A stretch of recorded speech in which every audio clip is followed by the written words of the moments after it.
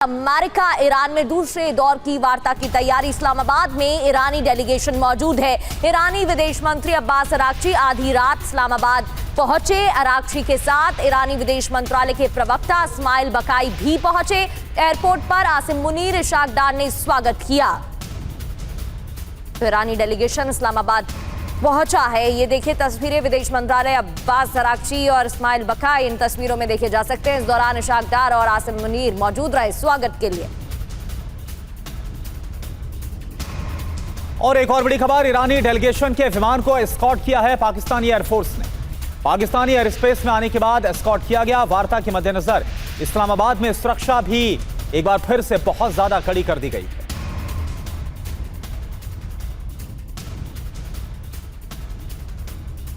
तो ये देखिए जब ईरानी डेलीगेशन पहुंचा, अब्बास अराक्ची पहुंचे, उस दौरान की ये तस्वीरें।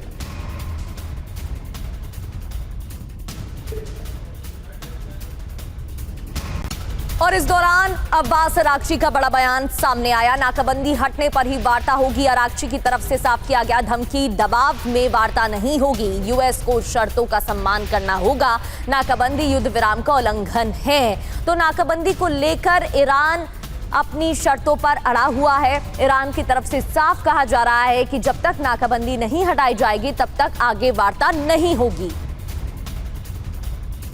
और एक और बड़ी खबर, सऊदी मीडिया के हवाले से यह बहुत बड़ी खबर है। रविवार को हो सकती है शांति वार्ता, ईरान यूएस के बीच हो सकती है सीधी बात। ईरान यूएस डेलीगेशन की वार्ता कल यानी कि रविवार को संभव है। अल अरबिया को पाकिस्तानी सूत्र से मिली है यह बड़ी जानकारी। ईरान वार्ता पर व्हाइट हाउस का बयान आया सामने। विटकॉफ कुशनर जाएंगे पाकिस्तान। कैरोलिन लेविट का बयान, ईरानी डेलीगेशन से वार्ता हो सकती है। व्हाइट हाउस प्रेस सचिव कैरोलिन लेविट ने कहा ईरान ने आमने सामने वार्ता का अनुरोध किया है। और वहीं एक और बड़ी खबर, पाकिस्तान नहीं जा रहे इस बार अमेरिका के उपराष्ट्रपति जेडी वेंस। शांति वार्ता में शामिल होने की अभी फिलहाल कोई योजना नहीं है। अगर वार्ता आगे बढ़ती है तभी इस्लामाबाद जा सकते हैं जेडी वेंस। यानी कि अमेरिका को भी कोई खास उम्मीद इस दूसरे दौर की वार्ता से नहीं है। तो देखिए जेडी वेंस को लेकर यह बड़ी खबर है और यह कहा जा रहा है कि इस बार इस्लामाबाद नहीं जा रहे हैं, बल्कि जो दो नाम अभी तक सामने आए हैं, जैसा आपने कैरोलिन लेविट को सुना जो कि व्हाइट हाउस प्रेस सचिव हैं, उन्होंने बताया कि स्टीव विटकॉफ और जैरेड कुशनर डेलीगेशन में जाएंगे। तो यूएस ईरान में वार्ता राउंड 2, और अगर ईरान और अमेरिका के बीच दूसरे दौर की वार्ता होती है तो कैसी होगी और उसमें क्या दिक्कतें आ सकती हैं, उस पर एक बार नजर डालते हैं। और आईडीएफ किसी भी वक्त हमले के लिए तैयार है। एक तरफ वार्ता राउंड 2 तो दूसरी ओर अमेरिका की भी तैयारी, और इजराइल डिफेंस फोर्स किसी भी वक्त हमले के लिए तैयार है। इसके अलावा अमेरिका ईरान के बीच फिर बातचीत मुमकिन बताई जा रही है। आपको बता दें ईरानी डेलीगेशन इस्लामाबाद में मौजूद है। आपको तस्वीरें भी हमने दिखाई। अब्बास अराक्ची पहुंचे, इस्माइल बकाई पहुंचे हैं। अमेरिका और ईरान के बीच डील पर सीधी बात होगी। इस दौरान सीजफायर और वार्ता का पूरा फ्रेमवर्क तैयार है और अमेरिका ईरान के प्रतिनिधियों में आमने सामने टेबल पर होगी बात। अब स्थायी शांति समझौते का रोड मैप तैयार हो सकता है। बिल्कुल, आप देखिए दोनों पक्ष पहले पाकिस्तान के प्रतिनिधियों से बात करेंगे। पहले दौर की वार्ता तो फेल हो गई, आपको पता है। दूसरे दौर की वार्ता एक बार फिर कैंसिल हुई। 11 अप्रैल को क्या हुआ, पहले दौर की बातचीत हुई थी। अब चुनौतियां क्या है इस बार? हालांकि डेलीगेशन तो पहुंच गया है। अमेरिका की कड़ी शर्तें हैं। अमेरिका चाहता है एटमी हथियार ना बनाए। होर्मुज दोनों तरफ से इस वक्त ब्लॉक है, विश्वास की भारी कमी है। मध्यस्थ की नियत यानी पाकिस्तान की नियत को लेकर तो ईरान पहले से ही सवाल खड़े कर रहा है कि एक तरीके से अमेरिका को खुश करने के लिए पाकिस्तान ये सब कुछ कर रहा है। और मनीष झा इस वक्त हमारे साथ जुड़े हुए हैं, और इसके अलावा गुलाम अब्बास वरिष्ठ पत्रकार भी इस्लामाबाद से जुड़ेंगे जैसी जानकारी सामने आ रही। लेकिन मनीष, उस वार्ता को लेकर कितनी उम्मीद जाहिर की जाए जिस वार्ता में जो पहले दौर की वार्ता हुई है, ईरान की तरफ से मोहम्मद बाकिर कालिबाफ नहीं पहुंचे, इधर जेडी वेंस नहीं आ रहे हैं, ऐसी खबर आ रही है। और ईरान ने पहले ही बोल दिया था, संशय जता दिया था कि जो पाकिस्तान है वो तटस्थ मध्यस्थ तो हो ही नहीं सकता, उसकी नियत ही ऐसी नहीं है। देखिए, ये मामला गंभीर तो था ही, लेकिन अब दिलचस्प भी होता जा रहा है। कहाँ तो राष्ट्रपति ट्रंप पहुंचने वाले थे, अब जेडी वेंस भी नहीं पहुंचे, और जो जा रहे हैं अमेरिका की तरफ से उसको लेकर तो पिछली बार जब पाकिस्तान में बातचीत हो रही थी तो ईरानी डेलीगेशन ने इन दोनों को, यानी कि ट्रंप के दामाद जेरेड कुशनर और स्टीव विटकॉफ, इन दोनों को कहा था कि ये इजरायली एजेंट है। तो अब उन्हीं इजरायली एजेंट से ईरानी डेलीगेशन को बातचीत करनी है। तो अगर वो बातचीत इन इजरायली एजेंट से की जाएगी तो आप समझ ही सकते हैं कि उसका नतीजा फिर क्या होना है। कुल मिलाकर यह है कि ईरान के पर भारी दबाव दिख रहा है, और यही वजह है कि ईरान की तरफ से ईरान के विदेश मंत्री वहां पहुंचे हैं। और ये भी एक बड़ा सवाल आ रहा है कि फिर ईरान के संसद के स्पीकर अभी क्यों नहीं पहुंच पाए। तो और कम से कम इस हालात में, जबकि ईरान और अमेरिका के बीच बातचीत होनी थी, और तब अगर इस तरह की स्थितियां बनती है जहां पर कि अमेरिका के उपराष्ट्रपति नहीं आ पा रहे, ईरान के संसद के स्पीकर नहीं जा पा रहे हैं, और डेलीगेशन में Israeli so called Israeli agent से आपको बात करनी पड़ रही है, तो इससे तो ये लग रहा है कि युद्ध शुरू होने से पहले जो बातचीत की गंभीरता थी ये इस बार उतनी भी नहीं है। या तो ट्रंप ने कहा है कि भाई अब इसी इजरायली एजेंट से तुम डील करो और इनकी सारी शर्तें मानो, जो कि ईरान मानने को तैयार होगा नहीं। या फिर हो सकता है कि ईरान की तरफ से अभी केवल अरागची को भेजा गया है कि जाओ जाकर एक बार हवा का रुख भाप कराओ। और इन दोनों के अलावा एक जो तीसरी बात दिख रही है जिसकी काफी संभावना है कि आसिम मुनीर दोनों तरफ से कह रहे हैं कि भाई साहब हमने अपना सब कुछ सजा रखा है, बेकार में हमारा बर्बाद हो जाएगा। 15 दिन से हमने इस्लामाबाद बंद कर रखा है। आप सोचिए, केवल ईरान के विदेश मंत्री और इस डेलीगेशन के लिए आपने 15 दिन से इस्लामाबाद में कर्फ्यू लगा रखा है। बिल्कुल कि वहां पर पत्ता नहीं हिल पाए। तो क्या पर्पस है इन सब का? इन सब को देखते हुए ये लग रहा है कि नतीजा तो खैर जो होगा वो तो होगा ही, लेकिन सिर्फ और सिर्फ पाकिस्तान ने जो 15 दिन की तैयारियां की है उस खाना पूर्ति को करने में बस शामिल होने के लिए दोनों देश के डेलीगेशन पहुंचे हैं। बिल्कुल मनीष, लौटेंगे एक बार फिर से आपका रुख करेंगे। इस्लामाबाद आने से पहले अरागची से आसिम मुनीर ने बात भी की।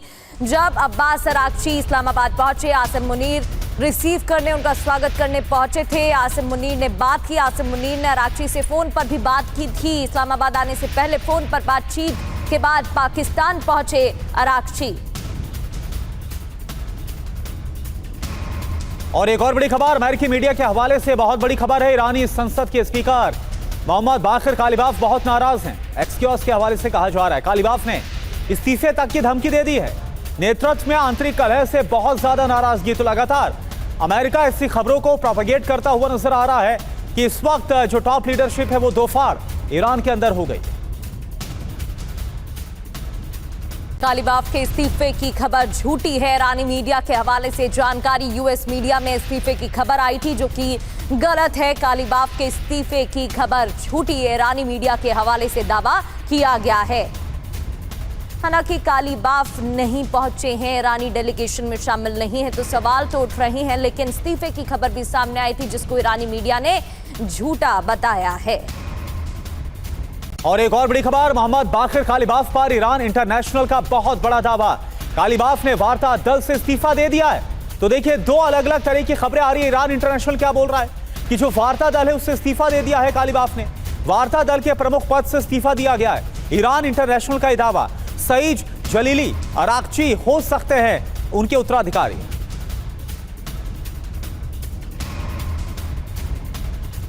और ईरान वार्ता पर प्रेसिडेंट डोनाल्ड ट्रंप का बयान आया सामने। तेहरान बातचीत करना चाहता है, देखना है कि क्या समझौता होता है। ईरान यूएस की मांगों वाला प्रस्ताव लाएगा। तो तेहरान बातचीत करना चाहता है। हालांकि ईरान की तरफ से कहा गया था कि बातचीत का अनुरोध नहीं किया गया है। बातचीत तो होगी, लेकिन जब तक नाकाबंदी नहीं हटेगी तब तक बातचीत नहीं होगी। इधर वार्ता के मुख्य मुद्दे और तकरार क्या है आप देखिए। अगर हम बात करें अमेरिका और ईरान को लेकर, पेच कहां फंसता हुआ नजर आ रहा है। संवर्धित, अगर अमेरिका की बात करें तो अमेरिका बोल रहा है कि जो संवर्धित यानी कि जो एनरिच यूरेनियम है उसे जीरो करे ईरान और सौंप दे। ईरान क्या बोल रहा है कि जो संवर्धित यूरेनियम है उस पर हमारा पूरा अधिकार है। तो यहां पर आप देखिए जो खींचतान तकरार मची हुई है। अमेरिका यह बोल रहा है कि परमाणु साइट्स पर IAEA की निगरानी होनी चाहिए, तो ईरान यह बोल रहा है कि परमाणु कार्यक्रम पर सीमित नियंत्रण ही हमें बर्दाश्त होगा। इसके अलावा अमेरिका की तरफ से कहा गया है स्ट्रेट ऑफ हॉर्मूज को पूरी तरह से खोला जाए। तो वहीं ईरान का कहना है हॉर्मूज से नाकाबंदी अमेरिका हटाए तभी वार्ता होगी। इतना ही नहीं, अमेरिका ने कहा ईरान की मिसाइल क्षमता सीमित होनी चाहिए, फिर हमले ना करने की गारंटी दे। ईरान की तरफ से कहा गया कि अगर ऐसा होता है तो हमें हमला नहीं करने की गारंटी चाहिए। इसके अलावा अमेरिका यह बोल रहा है कि प्रॉक्सी ग्रुप्स की जो गतिविधि है उसे सीमित किया जाए। तो ईरान का कहना है मध्य पूर्व पर कोई समझौता नहीं होगा। अब टकराव कहां है, पेच कहां फंसा, ये देखिए। पहले दौर की वार्ता में कई मुद्दों पर सहमति नहीं बन पाई। आपने देखा कि कैसे वार्ता फेल हो गई। यूरेनियम और हॉर्मूज को लेकर पेच फंसा हुआ नजर आया, जो अभी भी जस का तस ही नजर आ रहा है। इतना ही नहीं, वार्ता सफल ना होने पर फिर शुरू हो सकती है जंग, क्योंकि अमेरिका ने भी जंगी तैयारी कर ली है। IRGC की तरफ से भी चेतावनी दे दी गई है। मनीष झा लगातार हमारे साथ बने हुए हैं। मनीष, शर्तें तो वही हैं, मांगे तो वही हैं, तो क्या इस बार बात बन पाएगी या फिर सिर्फ दिखावे की कोशिश है कि हमारी तरफ से तो पीस टॉक की कोशिश की जा रही है, लेकिन ना JD Vance शामिल हो सकते हैं और ना ही कालीबाफ पहुंचे हैं? देखिए, एक बात तो साफ है कि जब ईरानी डेलीगेशन का भी साइज छोटा कर दिया गया है, अमेरिकन डेलीगेशन में भी अब उस लेवल के रिप्रेजेंटेटिव नहीं है, मतलब अमेरिकी उपराष्ट्रपति नहीं है, तो इससे तो यही लग रहा है कि अमेरिका और ईरान के बीच में बात तो नहीं बनेगी, वो तो एकदम साफ है। लेकिन हाँ, जिस तरह से ईरानी संसद के स्पीकर नहीं आए, इससे इस बात की पुष्टि हुई है कि IRGC चीफ अहमद वाहिदी और ईरानी संसद के स्पीकर के बीच में मतभेद हैं और इसीलिए उनको यहाँ पर शामिल नहीं किया गया है।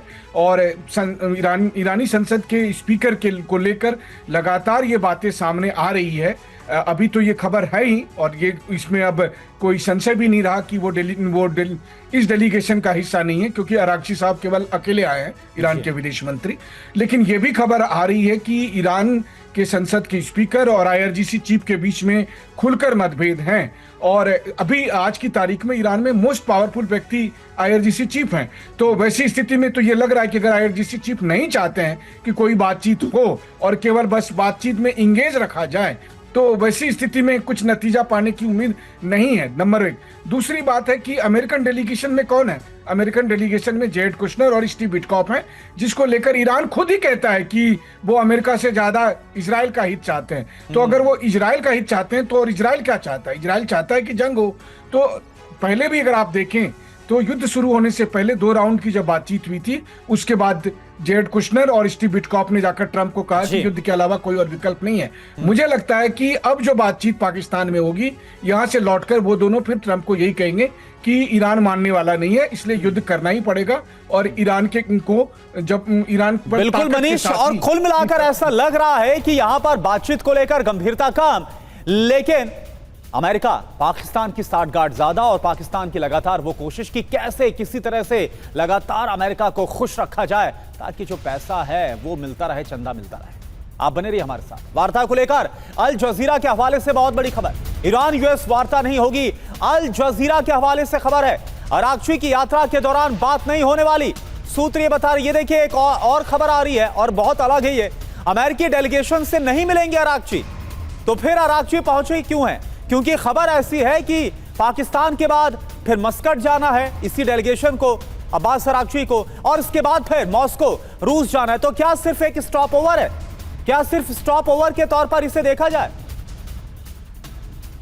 ईरानी विदेश मंत्रालय का बयान सामने आया। US से बैठक अभी तय नहीं है, US से कोई बैठक नहीं होगी, ईरान की तरफ से कहा गया। इस्लामाबाद पहुंचे हैं ईरानी विदेश मंत्री अब्बास अरागची, लेकिन बैठक होगी या नहीं, इस पर सस्पेंस अभी भी बरकरार है। ईरान की तरफ से भी ऐसा ही बयान सामने आया है। इस्लामाबाद में कोई बैठक नहीं होगी, ईरान की तरफ से ये बात कही गई है। हालांकि अब्बास अरागची ईरानी विदेश मंत्री हैं, इस्लामाबाद जरूर पहुंचे हैं, लेकिन क्या ये 3 देशों की यात्रा ही सिर्फ मकसद है या फिर बातचीत टेबल पर हो सकती है? अमेरिका के साथ कई सवाल खड़े हो रहे हैं, सस्पेंस अभी भी बरकरार है। एक और बड़ी खबर का रुख कर लेते हैं। ईरानी सांसद इब्राहिम अजीजी का बयान सामने आया है। सिर्फ पाकिस्तान के साथ द्विपक्षीय मुद्दों पर बात, परमाणु मुद्दों पर कोई बात नहीं, ये बड़ी खबर है। कहा गया बयान में ईरानी सांसद इब्राहिम की तरफ से सिर्फ पाकिस्तान के साथ द्विपक्षीय मुद्दों पर बात होनी है, परमाणु मुद्दे पर कोई वार्ता नहीं होगी। यानी कि ईरान ने जो अपने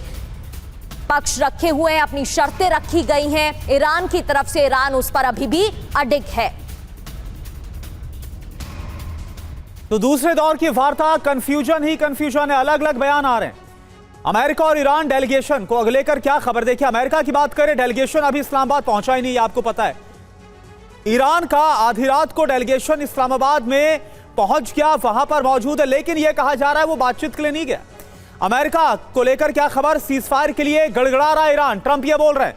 तो ईरान की तरफ से क्या बात है? अमेरिका के अनुरोध पर सीजफायर हुआ है, अमेरिका ने अनुरोध किया था, रिक्वेस्ट किया और उसके बाद ये सब कुछ हुआ।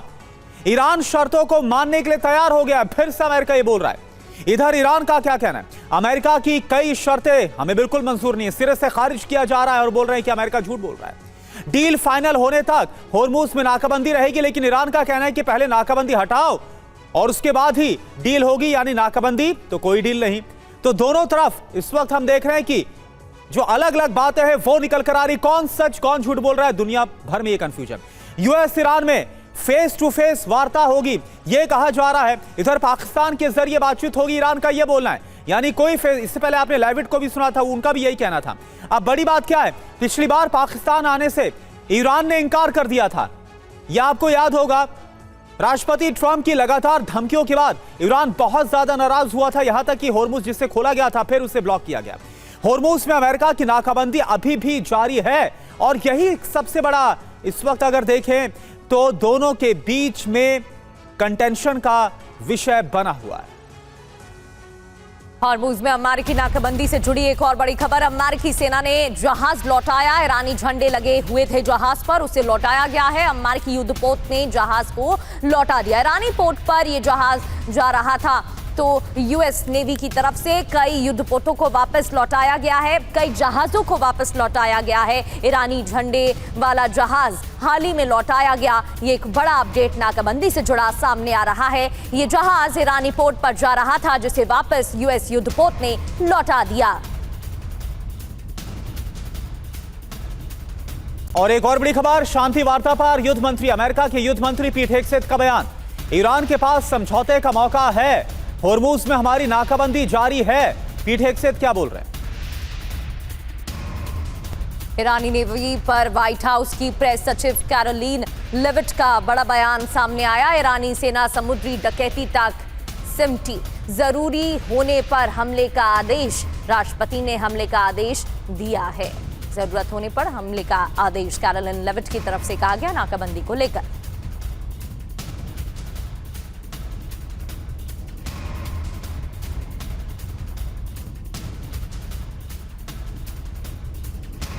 जरूरी होने पर हमले का आदेश दिया गया है। राष्ट्रपति डोनाल्ड ट्रंप ने हमले का आदेश दिया, ये लेविट की तरफ से कहा गया है। दरअसल व्हाइट हाउस की तरफ से नाकाबंदी को लेकर यह बयान सामने आया है। कई जहाजों को वापस यूएस युद्धपोत अब तक लौटा चुका है। और एक और बड़ी खबर, ईरानी रक्षा मंत्रालय का बहुत बड़ा दावा, हमारे पास मिसाइलों का भंडार है। मिसाइलों का बड़ा हिस्सा इस्तेमाल तो अभी तक हुआ ही नहीं है, यह कहना है ईरान की तरफ से। शांति वार्ता के बीच जर्मन चांसलर फ्रेडरिक मर्ज का बयान, ईरान पर लगे प्रतिबंधों में ढील संभव है, ईयू प्रतिबंध से छूट देने का विचार करेगा। ये बड़ी खबर है। युद्ध समाप्ति समझौते के बाद छूट संभव, ये मर्ज की तरफ से कहा गया है। तो ईयू प्रतिबंध से छूट देने पर विचार, ये बड़ी खबर सामने आ रही है कि अमेरिका पर ईरान का विश्वास तो बना हुआ है और इस वजह से बातचीत को लेकर भी कई सवाल खड़े हो रहे हैं। अब कारण क्या है? बातचीत के बीच अमेरिका के हमलों का डर है। कारण नंबर 2, वार्ता के बीच यूएस इजराइल की जंग की भी तैयारी है। बिल्कुल, इसके अलावा तीसरी वजह क्या है? बार बार अमेरिका की शर्तों में बदलाव देखने को मिल रहा है और इसके अलावा राष्ट्रपति ट्रंप की धमकियों के बाद जो तनाव है ईरान के साथ, अमेरिका का वो और ज्यादा बढ़ गया है। इसके अलावा कई बयान भी सामने आ रहे हैं। आपको बताते हैं कि काली बाफ की तरफ से कहा क्या गया है, हॉर्मुज की नाकाबंदी के साथ वार्ता संभव नहीं है, ईरान पहले ही कह चुका है। तो दूसरी ओर मसूद पेजेश्कियान, राष्ट्रपति ईरान के, नाकाबंदी और धमकियों के बीच वार्ता संभव नहीं है, ईरान की तरफ से साफ कहा गया है। इसके अलावा कालीबाफ बोल रहे हैं कि अमेरिका पर भरोसा नहीं करता ईरान। तो पेजेश्कियान का कहना है कि ईरान ने हमेशा बातचीत का समर्थन किया।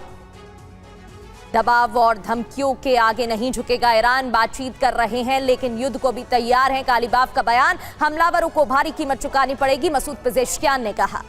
इसके अलावा बातचीत कर रहे हैं लेकिन युद्ध को भी तैयार है, हमलावरों को भारी कीमत चुकानी पड़ेगी, ये कहा गया। मनीष, एक बात बताइए, कुछ कंफर्म हो पा रहा है कि जो ईरानी डेलीगेशन पहुंचा इस्लामाबाद, क्या वाकई में बातचीत के लिए पहुंचा है या महज एक स्टॉप ओवर है? क्योंकि कई मीडिया रिपोर्ट्स में तो दावा किया जा रहा है, आरागची खुद बोल रहे हैं कि भाई हम यहां बातचीत के लिए नहीं आए। बिल्कुल, देखिए, ये बात तो ईरान की तरफ से कहा जा रहा है कि ईरान के विदेश मंत्री पाकिस्तान के बाद ओमान जाएंगे और फिर वो उन्हें रूस जाना है। लेकिन जिस तरीके से अमेरिका की तरफ से ये कहा गया है कि वो दो नेगोशिएटर यानी कि स्टीव विटकॉफ और जेरेड कुशनर को इस्लामाबाद भेज रहे हैं, तो वैसे में ये इस बात की संभावना है कि शायद अंदर खाने दोनों के बीच में बातचीत हुई होगी कि ठीक है, एक मुलाकात करते हैं और इसको देखते हैं कि क्या हो सकता है। और मुझे लगता है कि पाकिस्तान भी इस मौके को नहीं छोड़ेगा, तो वो ईरान के विदेश मंत्री से कहेगा कि पहले आप बातचीत कर लें, कम से कम एक बार हमारे खातिर ही कर लें और उसके बाद आप चले जाएं। बिल्कुल, यानी कुल मिलाकर ये तो कहा जा सकता है कि कंफ्यूजन और जिस तरीके से अभी भी लगातार दोनों तरफ से तीखी बयानबाजी हो रही है, विश्वास है अभी दूसरे दौर की अगर वार्ता होती भी है तब भी कुछ खास उम्मीद ना की जाए। बहुत बहुत शुक्रिया आपका इस पूरी जानकारी के लिए।